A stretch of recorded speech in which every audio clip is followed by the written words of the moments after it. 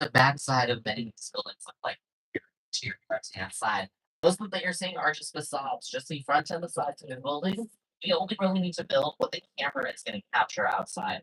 Anything that's taking place inside, we're going to build inside of a soundstage. So we'll cut the camera the minute the actor steps through the door frame and move all the filming inside from that point on. For it to go. Now, Metro is one of the most popular filming locations in the entire said, Captain America, Transformers. We've had the Fast and Furious films film over there. Um, we have complete control over our metro sets, whereas we don't have as much control in a real city. It's much more expensive, much more costly to shut down a street in downtown Los Angeles or New York City. So we'd rather create New York City or downtown Los Angeles right here on Universal Backlot. And the tail ends of the street curve on either side to make it look like the street goes on and on and on. The reality is, it ends the minute you turn the corner. Now, over here to the right-hand side, guys, you see this large mural over here. This is being homage to our Universal monsters, including the Wolfman, the creature from the Black Lagoon, Frankenstein, the Bride of Frankenstein, and Dracula. Now, the Universal monsters are really important to our studio. They helped us get through the Great Depression. There would be no Universal Studios if we did not have those monsters come out in the 1930s, keeping our studio afloat. And coming up over to your left-hand side, you're about to see Soundstage 30. Now, Soundstage 30, the doors are open, giving you a little glimpse inside of there. You're going to see the Voice logo painted outside there. That's the big red and white E right over there. That is where the Voice films its singing competition series episodes, right inside that soundstage. They're actually filming their 29th season. They actually filmed the seasons back to back. That's why we have so many seasons with it. And over onto your left-hand side as well, you're seeing I love this casting. Soundstage is 32 and 33. Currently home to Reba McEntire's multi-camera sitcom series, Happy's Place. You can see it's etched outside Soundstage 33 over here. Reba McEntire is also a coach on The Voice, so she works down the street The Voice, then comes over here to film her sitcom. And over to your left, right in front of the soundstage, that large lake over there. That is called Park Lake. It used to be twice the size that we see here now, if you ever took the studio tour back in the day, that's where the parting of the Red Sea used to take place. It was an old attraction. Oh, In water. interesting. But you use that as a filming location. That was used as the Mississippi River back in the 1930s for a musical called Showboat. There's also a pond in Illinois for the Blues Brothers. That's where Winnebago crashes into a lake in Illinois. That was right on over there. It was also used as the entire Pacific Ocean in McHale's Navy in the 1960s. But my favorite production that filmed there was The Creature from the Black Lagoon. That was the Black Lagoon from the film. Now, right behind the creature in this scene, you're going to see the Hollywood Hills off in the distance. Those do not exist in the actual Amazon rainforest. On location. Now, over here to your left-hand side, friends, you see a little bit of our Little Europe sets. You can see all that equipment over there. These are all equipment pieces left over from FanFest. So that was a nightly event that we held these past few weeks. Such a cool event. It was a really cool event. Yeah, all my friends went. I didn't get to go. Well, Bummed. check it out. This was where we had a Scooby Doo meet the monsters. Oh, But where they're filming, that's a filming location too. That is our Little Europe sets. They dated as far back as 1929 for our studio's first Best Picture winning movie, which was All Quiet on the Western Front. But where the camera equipment is now, that was used in Pirates of the Caribbean Dead Man's Chest. So Johnny Depp playing Captain Jack Sparrow enters into a series of sword fights against hat back in a tavern. That's that tavern, right? They just sealed off the top of it using a large tarp to make it look like it was inside, hung a chandelier from the ceiling, quote unquote, and they had that big sword fight right inside that courtyard. And in just a moment, guys, we're getting a special treat. We're going to go inside another one of our sound stages. This is Soundstage 50. Now, this is a little special one because this one is 2 stories tall. It's a little unique to it. We keep it to look like a subway station most of the time because it's easier to have our actors go up and down the steps and go out onto the street scene that's waiting upstairs. Now, hold on to all of your personal belongings, friends, because this is another experience we'll be having on a hot set. The cast crew is currently on their break, giving us a chance to head on inside. Now, this subway station is designed to look like a San Francisco guard station. Take a look at the posters. You can see a cable car, a Victorian house, the Golden Gate Bridge, San Francisco. L4. Uh-oh. Earthquakes. Hang on tight, everybody. It's a big one.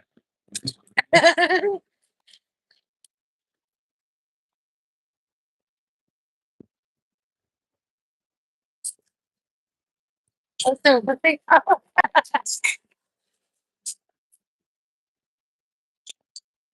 Now, with that truck ticket, that's a clean burning pipe. We don't think we're going to be taking. Uh-oh. The floor is on fire. The truck is on fire. And the roof is on fire. The roof is on fire. Got that one. What does I have? So close. Anything not like that, but the floor is cracking up. Here comes the train. Bam.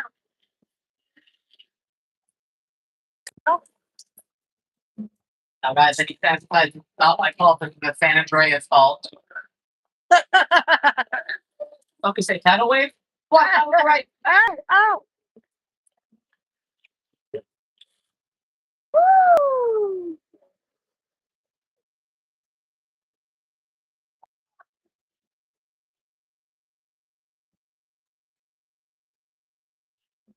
And cut. All right, guys, give yourselves a big round of applause. You survived earthquake, the big one. That was a simulation of an 8.3 on the Richter scale earthquake. And I could tell everybody on this trolley's from the West Coast because you guys kind of just sat there, waited until it was done. Made a little social media post like, anybody else feel that? Earthquake? Now, that church was actually built in 1989 in honor of the 1974 disaster classic earthquakes around Charlton Heston, but it's been used as a filming location for movies like Beverly Hills Cop 3 with Eddie Murphy and episodes of TV shows like Bones with David Moranis and Emily Deschanel. Now, guys, I'm a transplant to California, and I gotta say, the best way to relax after any earthquake is with a day at the beach. Am I right? And I know just the spot. We are Island. Now, you may have heard that Amity Island was recently terrorized by a killer shark, but guys, I got here really early in the morning. I caught the shark. I'm so excited. It's hanging over here on the dock for you on the right hand side.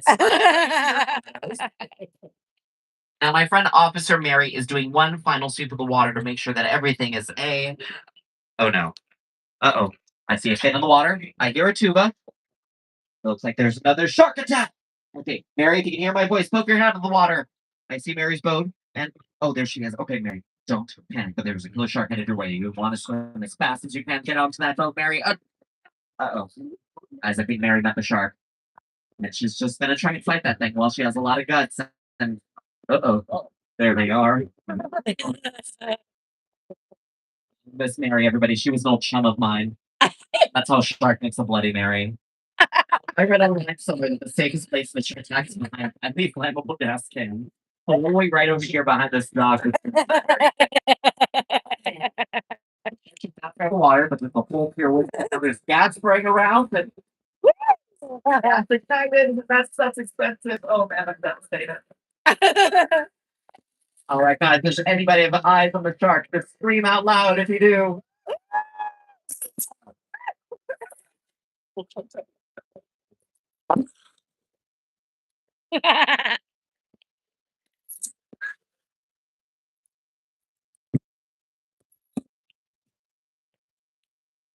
Everybody, that's Bruce the shark.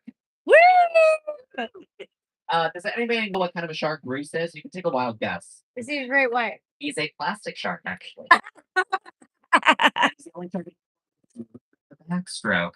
Bruce is the official name of the shark from the movie Jaws. Steven Spielberg named it after his attorney at the time of the making of the movie, named Bruce Ramers, because he was a shark at the negotiating table.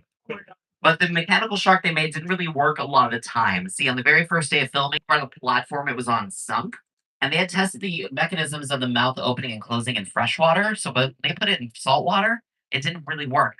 Wow. So they had to come up with creative ways to build up suspense and tension. One way they did that, this was Verna Fields, the editor of the film's idea, was to film it from the shark's perspective inside the water, getting closer to its victims, and adding in that iconic score. Donna, Donna, Donna. Another way we build a suspense and tension is with weather effects, like in Jurassic Park. The first time we see the T-Rex on the screen, it's dark and rain. Well, looks like we are in for a 10 About to get rain. All right, now we added in some thunder, lightning. Thunder's played over speakers hitting Let's see. all around us. Lightning comes from strobe effects and flash cubes hidden above the building. This one. We're just adding the water from the rain. which comes from this really sophisticated piece of technology called sprinklers. No, just wait for the flood. Wait for the flood. Scene from Big Fat Liar with Frank Muniz, Amanda Bynes, and Paul Giamatti.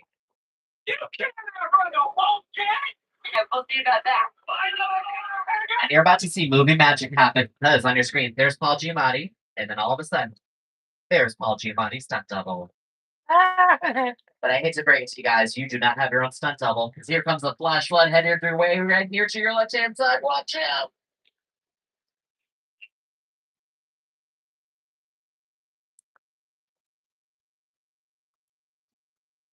Oh wow, they made the wall bigger. They made the wall bigger.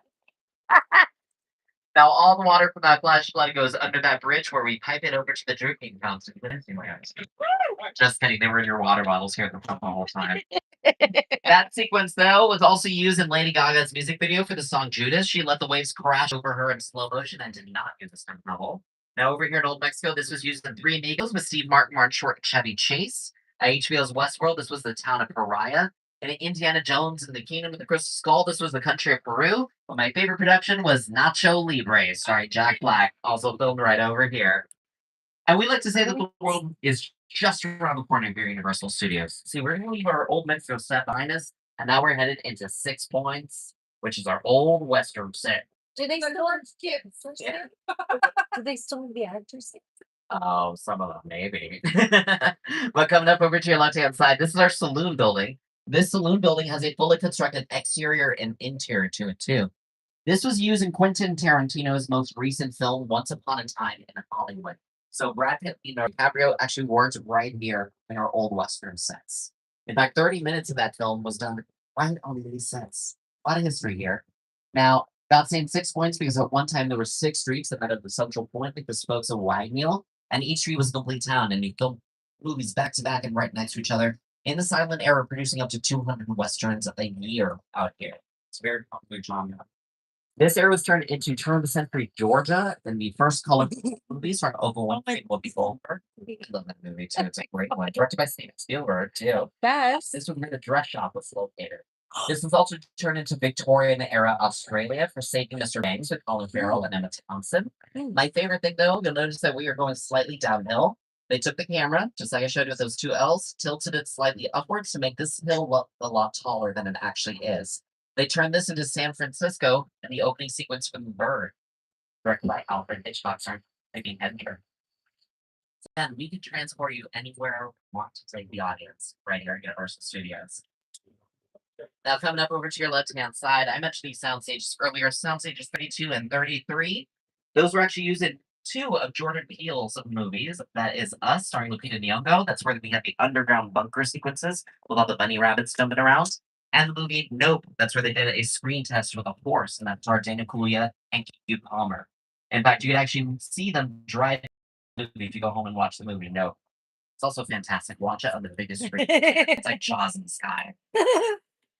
Alrighty, guys, we're going to continue on with the tour in just a moment. Up ahead is our Little Europe sets again. I can mention that these are some of the oldest ones we have out here. We're just experiencing a little So in the Western area, they used to have actors that would come do a Western scene, but apparently Little they've Europe. low budgeted now. This some of the oldest ones we have out here. They originally built in 1929, but it was also home to our monster movies. So we use these sets as Germany, Wales, Pennsylvania for those films like Dracula, and stuff. But one of my favorite things that's filmed there, you'll notice it's so bright and colorful, not quite fitting for the monster movies. This was actually used as the exterior afterlife sets for The Good Place with Kristen Bell and Ted Danson. Right over to your right-hand side. This location, the afterlife.